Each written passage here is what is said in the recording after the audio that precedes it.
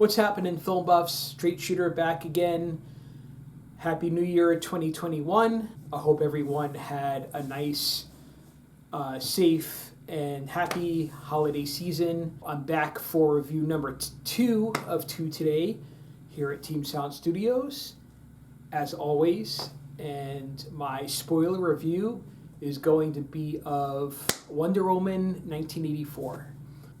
After the first one, we go after Diana and Steve Trevor already met. The movie is called Wonder Woman 84, so obviously it takes place in 1984. So Diana has gotten a life of her own, kind of a life of solitude, because Steve Trevor was like the guy that she thought that she was supposed to be with, and since he ended up dying, she is, basically alone. She starts working for this company and she meets this woman named Barbara Minerva, played by Kristen Wiig. Wonder Woman is again played by Gal Gadot. She's helping with the scientific part of the company. A comic book familiar character, Maxwell Lord, played by Pedro Pascal, if you didn't know, is also the Mandalorian. He gets in possession of this item called the Wishing Stone, or I don't know if it's called the Wishing Stone, but it's a stone that grants wishes. And he basically makes a wish to become the stone, which basically means like the stone dissipates and he grants wishes because he's now the Wishing Stone, or whatever you want to call it. And granting all these wishes causes chaos in the world, and Diana has to stop him. And also along the way, Barbara wished she could be more like Diana without realizing that she was Wonder Woman. So she got all these traits like, fast agility, super strength, stuff like that. And she made another wish to be like an apex predator, so she looked like a cheetah, so she becomes the comic villain Cheetah in the movie. And Diana has to stop Maxwell Lord and all of his wish granting because he takes one country's oil, he takes all this money, and he just becomes so egomaniacal. And Kristen Wiig also, for some reason, I don't really get her motivation, but she starts fighting Wonder Woman. For what reason, I don't really understand, but she does. And what ends up happening is Wonder Woman trying to stop Maxwell Lord, and she lassos him and talks to everyone that's wishing to him because he's broadcasting, and says, you have to be selfless, you have to realize that these wishes come at a price, blah, blah, blah. And somehow it makes all the wishes that he did reversed, because he ended up realizing that he shouldn't be doing this. And along the way, Diana wishes that Steve Trevor could come back. So like, there's this random guy in 84 that Steve Trevor inhabits his body, and she sees Steve, but everyone else sees the other guy. And I guess it was a way for them to bring back the actor, or bring back the character, or both. But it was just kind of silly to me. Honestly, the whole movie was pretty silly. The Wishing Stone angle was kind of dumb. They kind of did Maxwell Lord a disservice.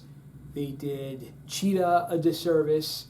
And they kind of did Wonder Woman a disservice in this movie, because she went from fighting godlike beings in Wonder Woman and Justice League to fighting someone that wants to be a cat and someone that grants wishes.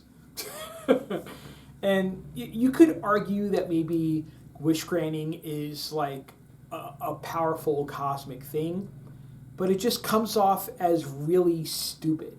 Okay, let's not sugarcoat it. The movie wasn't very good. It was very disappointing, especially considering the first movie. The first movie is kind of like what saved the DC universe.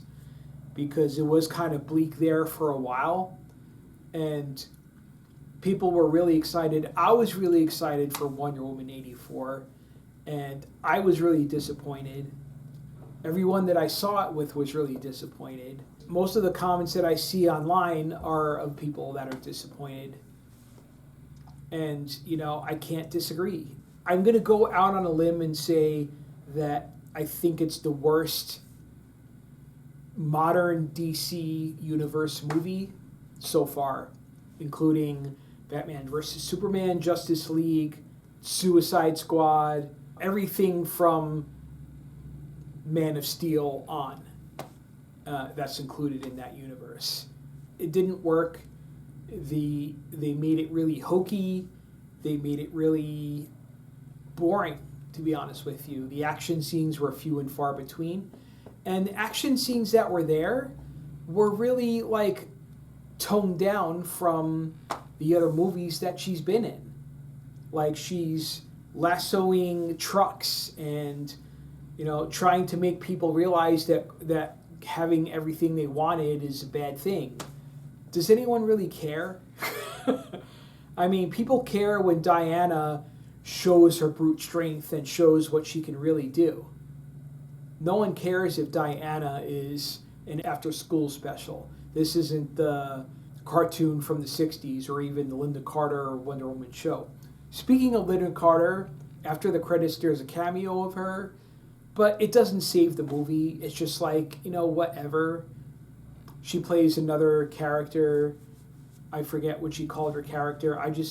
By that time, I was just kind of whatever about the movie. I didn't really enjoy it. I'm definitely not going to pick it up when it comes out on Blu-ray, which will be I think it will be a first. Okay, I take that back. I don't own Shazam, but this one was worse. And it was worse than Suicide Squad. Yeah, so I think I'm going to have to give the movie a D. It was really bad. But that's how I see it. Sorry for the bad news. Hopefully soon I'll start to see more new movies and I'll start to review more movies. It's just been really slow as far as seeing movies, obviously because of the pandemic. It's been a hard time for movie theaters, for fans of movies, all that stuff. I'll see you when I see you. Take care. Catch you later.